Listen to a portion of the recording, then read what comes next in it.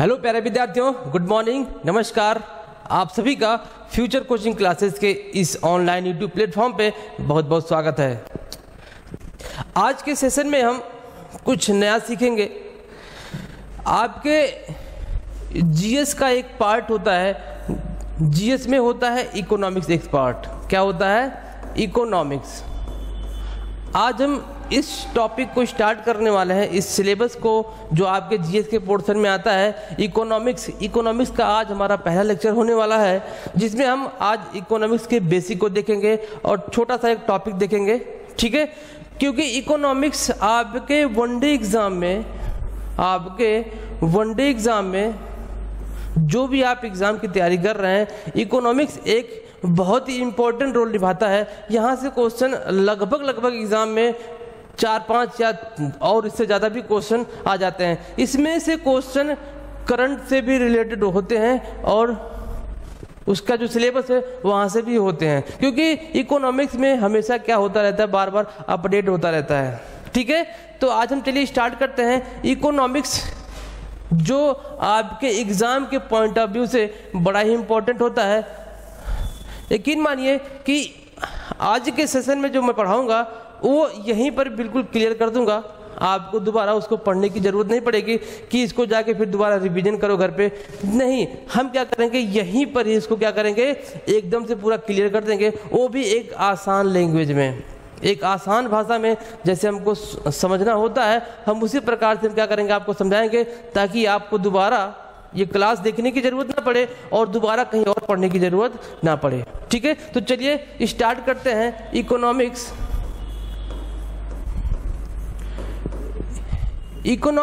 जो होता है उसे हिंदी में बोलते हैं अर्थशास्त्र।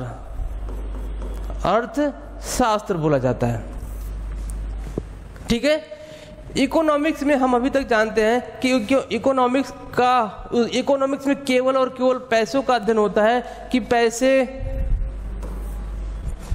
कहाँ से आ रहे हैं, कैसे, कुल मिला जुला के हम क्या करते हैं, इकोनॉमिक्स में केवल और केवल चलिए देखते हैं इकोनॉमिक्स में हम क्या सीखते हैं। ठीक है, इकोनॉमिक्स में क्या करते हैं, जो आपका पैसा होता है, इकोनॉमिक्स में क्या सिखाया जाता है आपको, जो आपका पैसा होता है उसको कितने अच्छे तरीके से यूज किया जाए कि आपका प्रॉफिट क्या हो जाए, मैक्सिमाइज हो जाए। मतलब कि इसमें पैसे के यूज को सिखाया जाता है कि किस प्रकार से इसको यूज किया जाए कि आपका प्रॉफिट मैक्सिमाइज हो जाए। ठीक है, मतलब कि क्या कह सकते हैं, इसमें मिनिमम रिसोर्स से मतलब कि आपका जो मिनिमम साधन है उसको मिनिमम रिसोर्स से क्या कर सकें, मैक्सिमम प्रोडक्ट यूज कर सके, या मैक्सिमम रेवेन्यू कह सकते हैं कि मैक्सिमम रेवेन्यू जनरेट कर सके। ठीक है, कम रिसोर्स से ज़्यादा रेवेन्यू कमाना ही ये क्या सिखाता है, आपका अर्थशास्त्र सिखाता है। पैसे का यूज कैसे करना है वो क्या सिखाता है, आपका अर्थशास्त्र सिखाता है। ठीक है, तो इसको देखो, अर्थशास्त्र के जनक, विश्व अर्थशास्त्र के जनक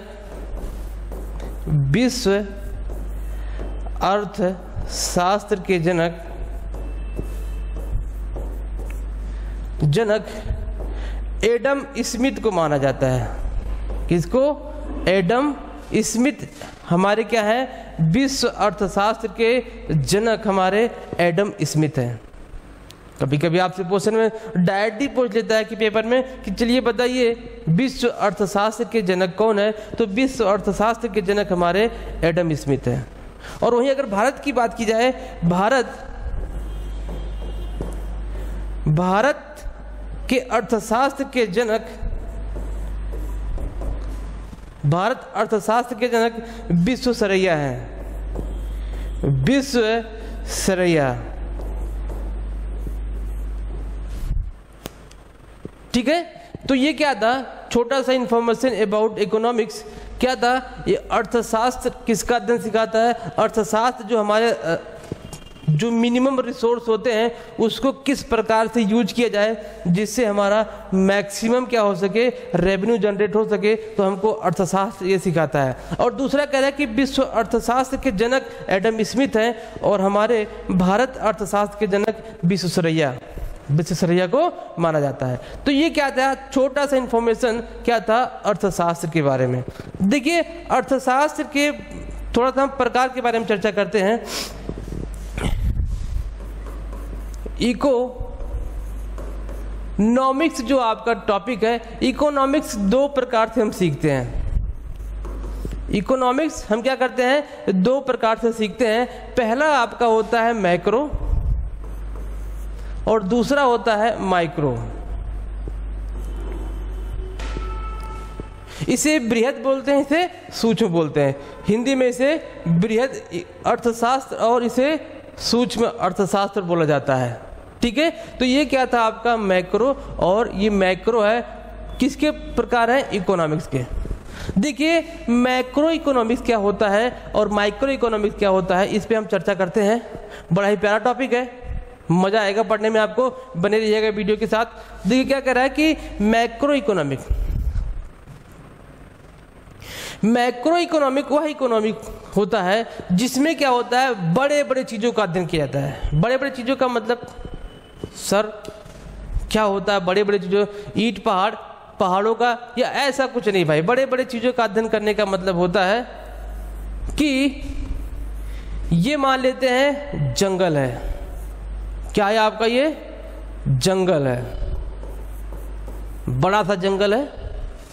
ठीक है, अब इस जंगल में कई सारे पेड़ हैं, कई सारे पेड़ होते हैं, कई प्रकार के पेड़ होते हैं, बहुत सारे पेड़ होते हैं, बहुत वैरायटी के पेड़ होते हैं। आम का पेड़ होता है, सफ़ेदा का पेड़ होता है ना, बहुत सारे पेड़ होते हैं। ठीक है, तो ये पूरा जंगल है। जब हम पूरे जंगल का अध्ययन करेंगे, विश्लेषण करेंगे और निष्कर्ष निकालेंगे तो ये क्या कहलाएगा, मैक्रो कहलाएगा। मतलब कह सकते हैं जब हम पूरे विश्व का अध्ययन करें, पूरे विश्व के अर्थव्यवस्था का अध्ययन करेंगे तो मैक्रो कहलाएगा। या यूं कहें कि हम पूरे भारत के अर्थव्यवस्था का जब हम अध्ययन करेंगे तो क्या कहलाएगा, मैक्रो कहलाएगा। लेकिन जब हम पूरे भारत की अर्थव्यवस्था को लेंगे और उसमें से केवल यूपी राज्य को चुनेंगे तो क्या कहलाएगा, वो माइक्रो कहलाएगा। ठीक है, एक और एग्जांपल लेते हैं कि हम क्या कर रहे हैं, किसी स्पेसिफिक कंपनी का अध्ययन करेंगे, उसके बारे में क्या करें, एनालिसिस करेंगे, उसकी जानकारी इकट्ठा करेंगे, तो वो क्या कहलाएगा, आपका मैक्रो कहलाएगा। लेकिन अगर हम पूरे भारत के उद्योग का अध्ययन करना चाहें, पूरे भारत में जितने भी उद्योग है, इंडस्ट्री है, सबका अगर हम अध्ययन करते हैं तो वो क्या कहलाएगा, मैक्रो कहलाएगा। बात समझ में आ गई, मैक्रो और माइक्रो इकोनॉमिक दोनों में अंतर समझ में आ गया। दोनों का अंतर क्या है, इसमें देखिए, इसमें बड़े बड़े चीज़ों का अध्ययन किया जाता है। ठीक है, बड़े बड़े चीज़ों का अध्ययन का मतलब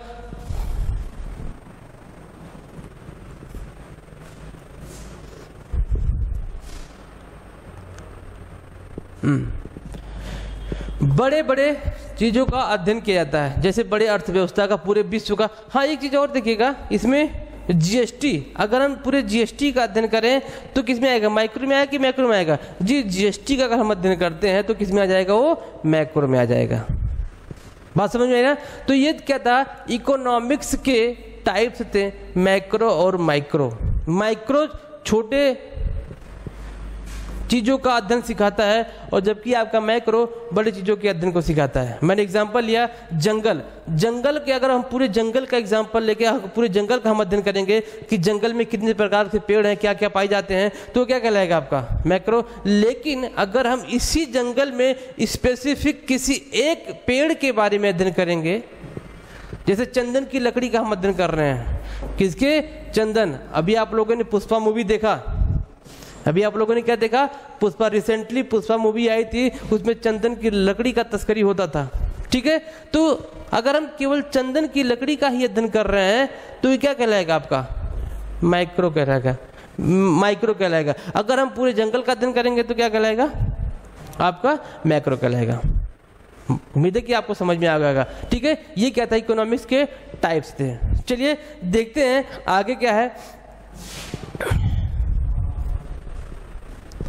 अब हम देखेंगे कि किसी भी अर्थव्यवस्था में रेवेन्यू आने का या पैसे आने का या इनकम आने का कौन कौन सा साधन होता है, कौन कौन सा क्षेत्र होता है। हम अर्थव्यवस्था में मोस्ट इंपॉर्टेंट टॉपिक है ये, यहाँ से पेपर में क्वेश्चन बनते हैं, बहुत ही इंपॉर्टेंट टॉपिक है, आपको याद करने की जरूरत नहीं है। तो थोड़ा सा मेरा गला आज बैठा हुआ है, जुकाम है, जुकाम का शिकायत है, तो आवाज़ मेरी थोड़ी सी भारी लग रही होगी। ठीक है, चलिए देखते हैं हम किसी भी अर्थव्यवस्था में इनकम कहाँ से आता है। ठीक है, वो आज हम देखने वाले हैं। तो हम भारत के ही अर्थव्यवस्था को लेते हैं, तो क्या करते हैं, हम देखेंगे क्षेत्र का अध्ययन। क्षेत्र को क्या बोलते हैं? सेक्टर बोला जाता है। क्या बोला जाता है? सेक्टर बोला जाता है। क्षेत्र को हम सेक्टर बोलते हैं। अब हम आज अध्ययन करने वाले हैं सेक्टर के बारे में। ठीक है, सेक्टर को अध्ययन करने के लिए सेक्टर को 3 पार्ट में बांटा गया है। सेक्टर को 3 पार्ट में बांटा गया है। पहला देखिएगा, स्वभाव के आधार पर। स्वभाव के आधार पर मतलब कि किसी भी चीज का नेचर क्या है, नेचर के आधार पर। ठीक है, दूसरा देखेंगे, दूसरा करा कि शर्तों के अकॉर्डिंग। शर्तों के मतलब कि टर्म क्या है उसका। ठीक है, ये 2 टाइप है। तीसरा देखते हैं स्वामित्व के आधार पर। स्वामित्व के आधार पर मतलब इसे कहते हैं ownership. Ownership term and condition क्या होता है? शर्तों के आधार पर, नेचर के आधार पर, और क्या होता है आपका? स्वामित्व के आधार पर।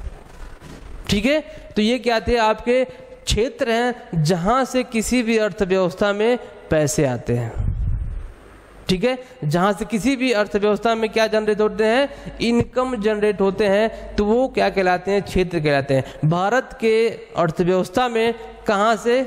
स्वभाव के आधार पर, शर्तों के आधार पर और स्वामित्व के आधार पर। स्वामित्व का मतलब प्राइवेट और सरकारी।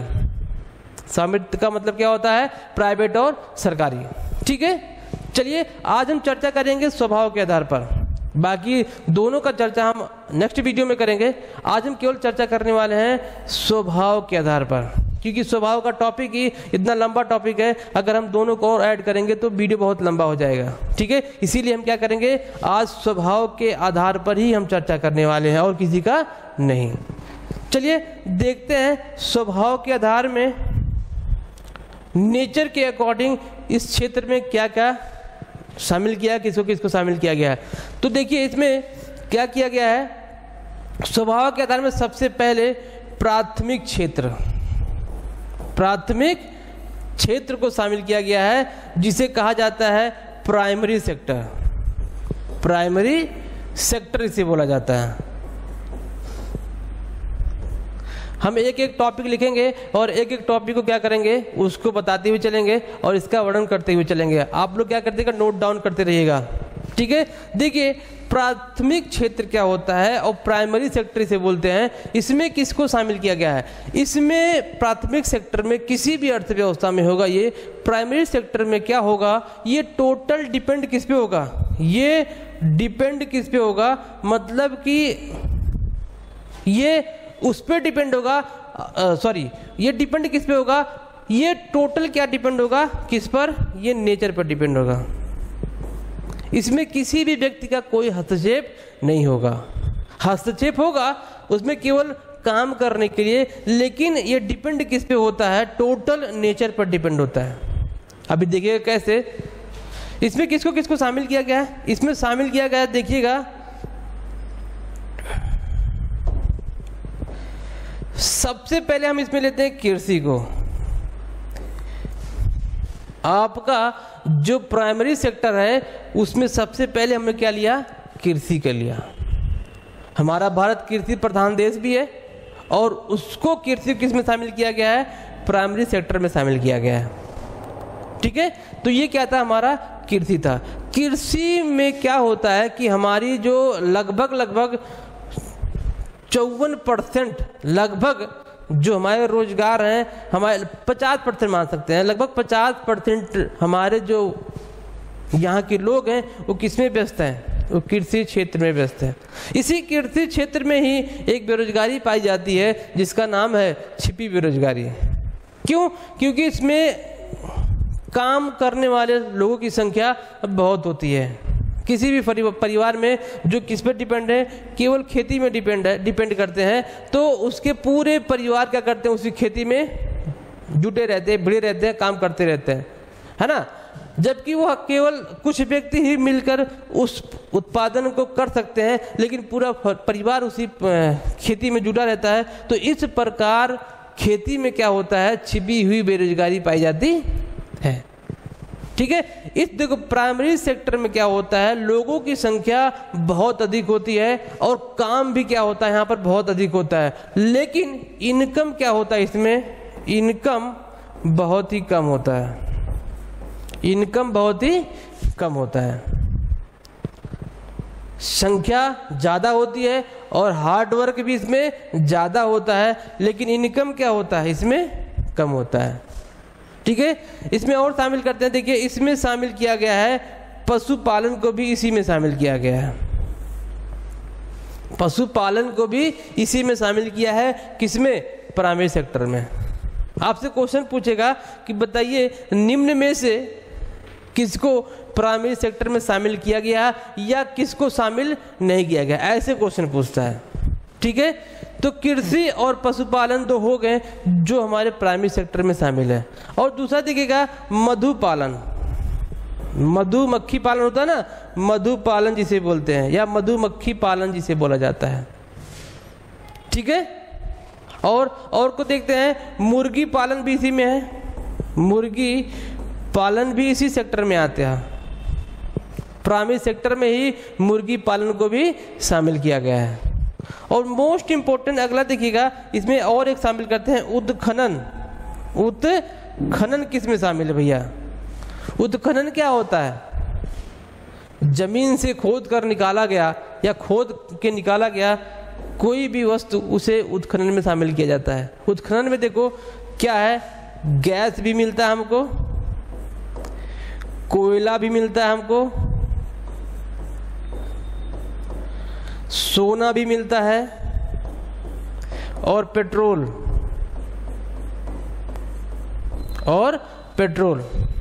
मतलब कि जितने भी उत्खनन के काम होते हैं, जैसे गैस,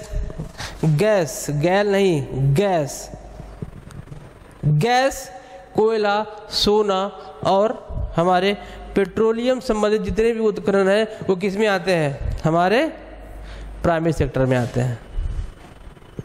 ठीक है, यहाँ तक बात समझ आएगी ना। तो चलते हैं अगले सेक्टर पर। चलिए देखिएगा, प्राइमरी सेक्टर में हमने देखा प्राइमरी सेक्टर में लोगों की संख्या अधिक होती है, लेकिन यहाँ पर इनकम बहुत ही कम होता है। तो देखिएगा इसमें कृषि, पशुपालन, मधुमक्खी, मुर्गी पालन और उत्खनन आदि को क्या किया गया, इसमें शामिल किया गया है।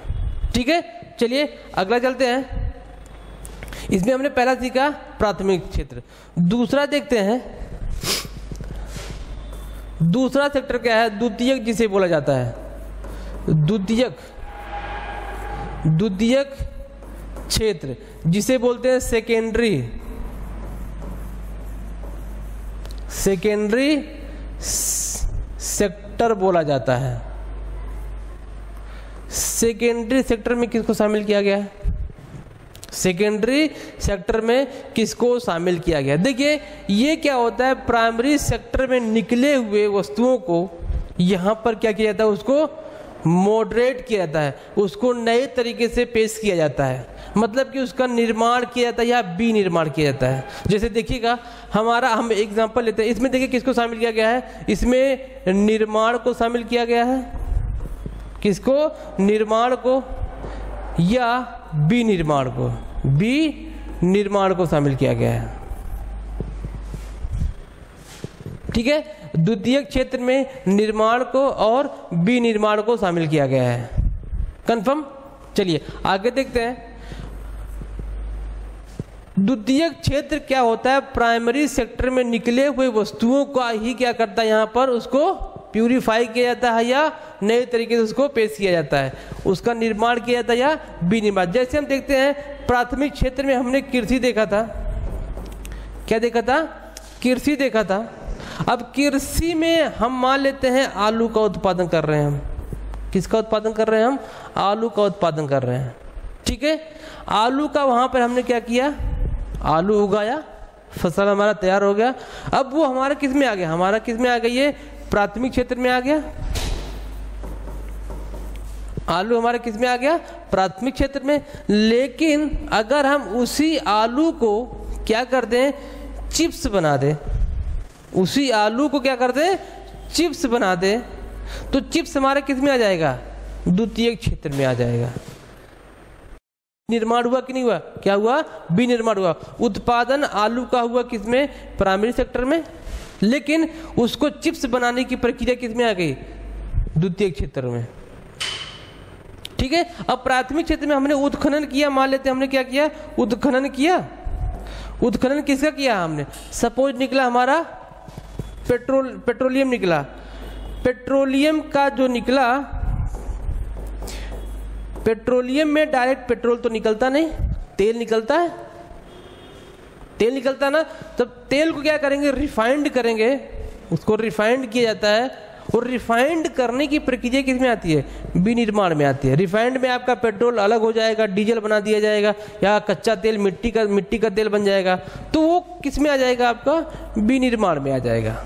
ठीक है। तो द्वितीयक क्षेत्र में क्या होता है? प्राथमिक क्षेत्र से निकले हुए जितने भी हमारे उत्पाद होते हैं उसको क्या किया जाता है? नए तरीके से पेश किया जाता है, विनिर्माण किया जाता है या निर्माण किया जाता है। तो कह सकते हैं इसमें किसको शामिल किया गया है? कारखाना को शामिल किया गया है। कारखाना एवं उद्योग को इसमें शामिल किया गया है। ठीक है। किसमें? द्वितीयक क्षेत्र में। ठीक है। चलिए आगे चलते हैं। मोस्ट इंपॉर्टेंट, जो आपके एग्जाम के पॉइंट ऑफ व्यू से बहुत ही महत्वपूर्ण सेक्टर है, जिसे हम क्या बोलते हैं? तृतीयक सेक्टर बोलते हैं। तृतीयक क्षेत्र से बोला जाता है। तृतीयक क्षेत्र को अंग्रेजी में बोलते हैं टर्शियरी। टर्शियरी सेक्टर बोला जाता है इसे। ठीक है। तृतीयक क्षेत्र को टर्शियरी सेक्टर बोला जाता है। इसको एक और नाम से जानते हैं, सेवा क्षेत्र के भी नाम से जाना जाता है। सेवा क्षेत्र के नाम से भी जाना जाता है, जिसे हम टर्शियरी सेक्टर भी बोलते हैं और सेवा क्षेत्र भी बोलते हैं और तृतीयक सेक्टर भी बोला जाता है। ठीक है। ये अर्थव्यवस्था के लिए काफी इंपॉर्टेंट होता है। हम कह सकते हैं कि ये प्राथमिक क्षेत्र प्लस द्वितीयक क्षेत्र, ये दोनों क्षेत्रों क्या करता है? दोनों क्षेत्रों को सहायता प्रदान करता है। देखिए कैसे सहायता प्रदान करता है। प्राथमिक क्षेत्र प्लस द्वितीयक क्षेत्र में निकले हुए प्रोडक्ट को या उत्पाद को कहाँ बेचा जाता है? यहाँ पर विक्रय किया जाता है। चिप्स निकला, आलू बना, आलू हमने वहां पर उगाया, उपज किया, आलू बन के दूसरे सेक्टर में क्या आ गया? तो चिप्स बन गया। अब जब चिप्स का विक्रय होगा तो कहाँ जाएगा? वो तृतीयक क्षेत्र में आ जाएगा। ठीक है। तो देखते हैं तृतीयक क्षेत्र में हम किसको किसको शामिल करते हैं। तृतीयक क्षेत्र में सबसे पहले हम लेते हैं परिवहन को। परिवहन भी हमारा किस में आता है? तृतीयक क्षेत्र में आता है। क्यों? परिवहन हमको सुविधा प्रदान करता है। क्या परिवहन में किसी भी चीज का विनिर्माण होता है? नहीं होता। हम क्या करते हैं? जैसे हम ट्रेन पे जा रहे हैं या बस पे जा रहे हैं, हम बैठ के अपने स्थान पे, हमारा जो उद्देश्य है जहाँ हमको पहुँचना है, हम आराम से पहुँच जाते हैं। वहाँ पर क्या होता है? किसी भी वस्तु का निर्माण नहीं होता है या किसी भी चीज़ को खोद कर निकाला नहीं जाता है। उत्खनन नहीं किया जाता है। तो परिवहन क्षेत्र भी क्या है, एक सेवा क्षेत्र है जो तृतीयक सेक्टर में जाता है। ठीक है, अगला देखते हैं शिक्षा, एजुकेशन जिसे बोलते हैं। एजुकेशन को भी कहाँ रखा गया है, हमारे टर्शियरी सेक्टर में रखा गया है। ठीक है, तो शिक्षा भी हमारा क्या है, टर्शियरी सेक्टर में आता है। हॉस्पिटल, हॉस्पिटल भी हमारा किस में आता है, टर्शियरी सेक्टर में आता है। ठीक है, कॉलेज, कॉलेज स्कूल जो भी है वो भी हमारे किस में आता है, टर्शियरी सेक्टर में आते हैं। बिजनेस अगर हम कोई कर रहे हैं, बिजनेस हम कर रहे हैं, तो वो बिजनेस भी हमारा किस में आ जाएगा, टर्शियरी सेक्टर में आ जाएगा। या यूं कहें हम कोई जॉब कर रहे हैं, चाहे गवर्नमेंट कर रहे हैं या प्राइवेट जॉब कर रहे हैं, तो भी वो किस में आ जाएगा, टर्शियरी सेक्टर में आ जाएगा। ठीक है, दुकान, दुकान जो क्या, जब हम बिजनेस करेंगे तो बिजनेस वो दुकान के माध्यम से भी हो सकता है। ठीक है, तो किसी भी चीज का अगर दुकान है, शॉप है, शॉप इसे बोलते हैं, शॉप है, तो वो किस में आएगा, तृतीयक क्षेत्र में आएगा। ठीक है, कुल मिला जुला के टर्शियरी सेक्टर में क्या होता है, ऐसे क्षेत्र को शामिल किया गया है जिसमें ना तो उत्पादन होता हो, ना तो किसी चीज का खनन किया जाता हो, या कुछ भी, या किसी मुर्गी पालन किया जाता हो, तो इसमें ये सबको शामिल नहीं किया गया है। किसको शामिल किया गया है, केवल और केवल जहां पर सेवा किया जाता है, सर्विस प्रोवाइड की जाती है। सर्विस जहां प्रोवाइड की जाएगी तो उसको टर्शियरी सेक्टर में रखा गया है। ठीक है, तो ये था हमारा जोन, सेक्टर थे हमारे, जो हमारे इकोनॉमिक्स का पहला टॉपिक है। और पहला टॉपिक ही हमारा क्या है, इम्पॉर्टेंट है, जो आपके एग्जाम में कहीं ना कहीं इससे क्वेश्चन आता ही आता है। ठीक है, तो आज के सेशन में हम इतना ही रखते हैं। उम्मीद है कि आपको इकोनॉमिक्स का जो पहला टॉपिक है बहुत आसानी से समझ में आ गया होगा। ठीक है, तो इस सेशन में इतना ही रखते हैं और मिलते हैं आपसे अगले सेशन में, अगले वीडियो में एक नए टॉपिक के साथ। तब तक के लिए आप पढ़ते रहिए और मुस्कुराते रहिए। जय हिंद।